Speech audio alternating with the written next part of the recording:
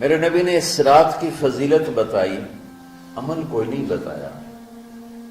جیسے یہاں کوئی صلاۃ تسبیح کی جماعت کرا رہے ہوتے ہیں، کوئی اجتماعی تہجد پڑھ رہے ہوتے ہیں، کوئی دیگیں چڑھا رہے ہوتے ہیں، کوئی آتش بازی کر رہے ہوتے ہیں، تو وہ اس میں اتنا غلو ہو گیا ہے کہ یہ بھی ٹھیک نہیں۔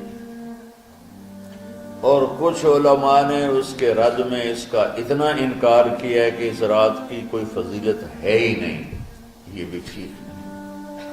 اس بیچ کا راستہ، اس رات کی فضیلت میں جتنی احادیث ہیں وہ ضعیف ہیں، لیکن اتنی کثرت سے ہیں کہ ان سب کا مل کر جمع ہو کر کم از کم وہ حسن لغیر ہی تک تو پہنچ جاتی ہیں۔ اور ابن عثیمین رحمۃ اللہ علیہ نے بھی یہ لکھا ہے کہ زیادہ سے زیادہ ان احادیث کے مجموعے سے، چونکہ اگرچہ ضعیف ہیں لیکن کافی زیادہ ہیں، تو وہ حسن لغیر ہی تک پہنچ جاتی ہے۔ تو حسن لغیر ہی سے کوئی عمل ثابت نہیں ہوتا، عمل ثابت ہوتا ہے صحیح حدیث کے سے۔ ایک احادیث کی کثرت سے روایات، اور ایک امت کا عمل، کہ امت کا بہت بڑا طبقہ صدیوں سے اس رات کا اہتمام کر رہا ہے۔ لیکن کچھ عرصہ پہلے تک اہتمام تھا دن میں روزہ رکھنا، رات کو کوئی نوافل پڑھ لینا، کوئی دو چار زیادہ پڑھ لینا، لیکن اب یہ ڈھول تماشے جو اب شروع ہوا ہے، اس کا تو کوئی وجود ہی کوئی نہیں ہے۔ تو اس رات کو اللہ تعالیٰ نے مبارک بنایا، اور حدیث پاک میں آتا ہے کہ اللہ تعالیٰ اس رات میں ساری دنیا کے لوگوں کی بخشش فرماتا ہے، سوائے 5 آدمی، 5 کے سوا سب اہل ایمان کی بخشش ہو جاتی ہے۔ مشرک، المشرک، پہلا مشرک، دوسرا مشاحن، مشاحن کیسے کہتے ہیں؟ دل میں بغض رکھنے والا، کینہ رکھنے والا۔ تیسرا مسبل ازارہ، اپنے پاجامے شلوار چادر کو ٹخنوں سے نیچے تک لے جانے والا، لیکن ایک شرط کے ساتھ کہ وہ تکبر کی وجہ سے، سستی کی وجہ سے ہے، غفلت کی وجہ سے ہے۔ چونکہ جب آپ نے ایک مرتبہ اس کے بارے میں بات کی تو حضرت ابوبکر صدیق نے کہا یا رسول اللہ، میری چادر، عرب چادر باندھتے تھے جیسے ہمارے پنجاب کا لباس چادر تھا، اب وہ کم ہو گئے، ہماری تو بزرگ عورتیں بھی اور مرد بھی سب چادر باندھتے تھے، شلوار کا تو کسی کو پتہ ہی نہیں ہوتا تھا ہمارے بچپن میں۔ یہ تو پھر آہستہ آہستہ جب تعلیم آئی تو شلوار دیہاتوں میں بھی اور شہروں میں عام ہو گئی۔ تو اگر وہ اس لیے لٹکا رہا ہے کہ طبیعت میں تکبر ہے، پھر اس وعید کا وہ حقدار ہے۔ اگر ویسے اس کی نیچے جا رہی ہے تو میرا مالک ایسا، وہ تو ہے ہی رحیم و کریم، ہے ہی رحیم و کریم، ہے ہی رحیم و کریم، صرف شلوار نیچے لٹکانے سے وہ اتنی شدید سزا دے، اگر اس کے پیچھے تکبر ہے پھر ہے، یہ تکبر نہیں ہے تو انشاءاللہ وہ اس سے محفوظ ہو۔ تو اپنی چادر کو لٹکانے والا، لیکن بشرط تکبر۔ کتنے ہو گئے؟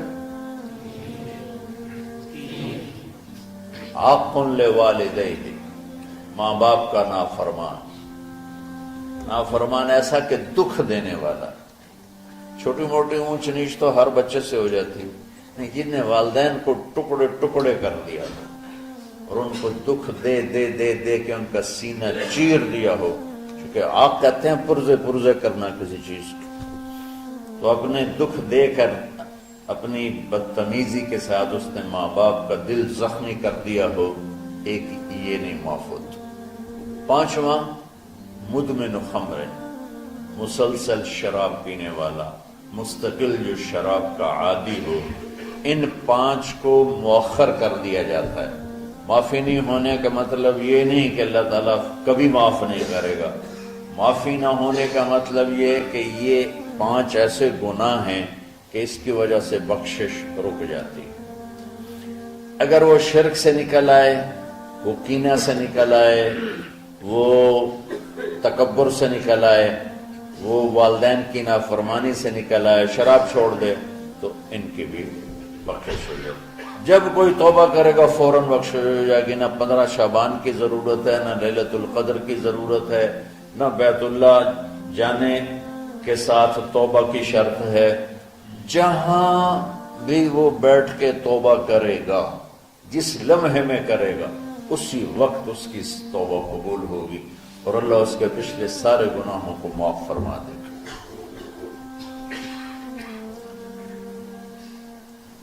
دن کا روزہ، رات کا قیام، زیادہ دن۔ قیام سے مراد نوافل ہیں، کوئی گھر میں پڑھ لے، کوئی مسجد میں پڑھ لے۔ نوافل، نفلی عبادات گھر میں ہی افضل ہوتی ہیں۔ میرے نبی سنتیں ہمیشہ گھر سے پڑھ کے آتے تھے۔ تہجد اپنے گھر میں پڑھتے تھے، مسجد میں نہیں پڑھتے تھے، سوائے اعتکاف کے۔ آپ اپنے نوافل، سنتیں سب گھر میں پڑھتے تھے اور مسجد میں صرف فرض آ کے ادا فرماتے تھے۔ اور اس کے بعد بیٹھنا ہوتا تھا تو بیٹھ جاتے تھے، اٹھنا ہوتا تھا تو اٹھ جاتے تھے۔ ایک طبقہ وہ ہے جو پتہ نہیں کیا کچھ کرتا ہے شب برات کے نام پر، وہ بھی غلط۔ ساری حدیثوں کو ملا کر روزہ اور رات کا قیام، کہ رات کو اٹھ کے کچھ اللہ کو یاد کر۔ اب اس آیت میں بعض مفسرین سے غالباً بھول ہوئی۔ حامیم والکتاب المبین انا انزلناہ فی لیلۃ مبارکۃ انا کنا منذرین فیہا یفرق کل امر حکیم امرا من عندنا انا کنا مرسلین۔ یہ لیلۃ القدر ہے۔ انا انزلناہ فی لیلۃ مبارکۃ، یہاں دوسرا لیلہ مبارک رات میں ہم نے قرآن کو اتارا۔ دوسری آیت کو جوڑو، انا انزلناہ فی لیلۃ القدر، ہم نے قرآن کو لیلۃ القدر میں اتارا۔ تو وہ آیت اس آیت کا ترجمہ کر رہی کہ لیلۃ مبارک سے مراد لیلۃ القدر ہے، 15 شعبان نہیں۔ لیکن بعض مفسرین جو بڑے لوگ ہیں، لہذا ہم سب کا ادب احترام کرتے ہیں، لیکن رائے کا اختلاف وہیں بڑے علماء میں ہی ہے، تو اسی کو میں آپ کے سامنے نقل کر رہا ہوں، کوئی اپنی رائے نہیں دے رہا ہوں۔ تو ان سے یہ صاف ہو گیا کہ انہوں نے اس کو 15 شعبان بنا دیا۔ یہ 15 شعبان کی رات نہیں ہے، یہ لیلۃ القدر ہے، کہ جس میں وہ پورے سال کے احکام اعلان کر دیے جاتے ہیں، وہ شب قدر ہے۔ اس میں بھی معافی ہوتی ہے، اس میں بھی معافی ہوتی ہے۔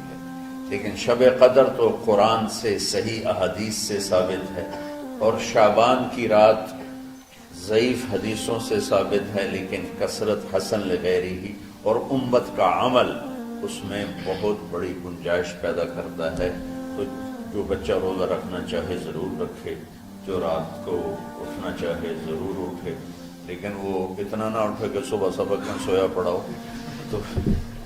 تو ایسی عبادت نہیں چاہیے کہ آپ اپنے طلب علم جو فرض ہے اس میں آپ سوئے پڑے ہوں، تو تمہارے خراٹوں سے سبق بھی متاثر ہو رہا ہوں۔ تو اعتدال بچوں، ہر چیز میں اعتدال۔ تو اس میں یہ جو 5 ہیں، ایک مشرک، ایک مشاہن۔ مشاہن کون ہے؟ جو دل میں کینہ بغض رکھتا۔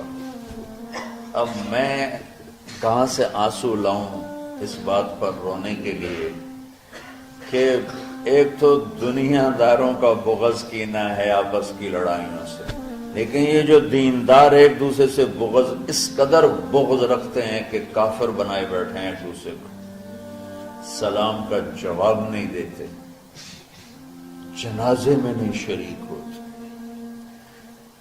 اس کا جرم واپس جاتا ہے تاجروں کو نہیں، حکمرانوں کو نہیں، خطیبوں کو، نادان، ہر خطیب نہیں، نادان خطیبوں کو، جو ہر مکتبہ فکر میں موجود ہیں، جو اس شدت کے ساتھ اوروں کی نفی کرتے ہیں اور اپنے آپ کو صحیح کہتے ہیں کہ جیسے باقی سب جہنمی ہیں، سب کافر ہیں اور صرف ہم ہی صحیح ہیں اور ہم ہی جنت میں جائیں گے اور کوئی جنت میں نہیں جائے گا۔ تو چونکہ اس میڈیا کے ذریعے سے بہت سی امت سن رہی ہے، تو میں دیکھو بچوں ہاتھ جوڑتا ہوں اللہ کے واسطے، دین پیش کرنا، کافر کافر کے نعرے مت لگانا اور یہ کافر وہ کافر، یہ کافر وہ کافر۔ اللہ بڑا کرے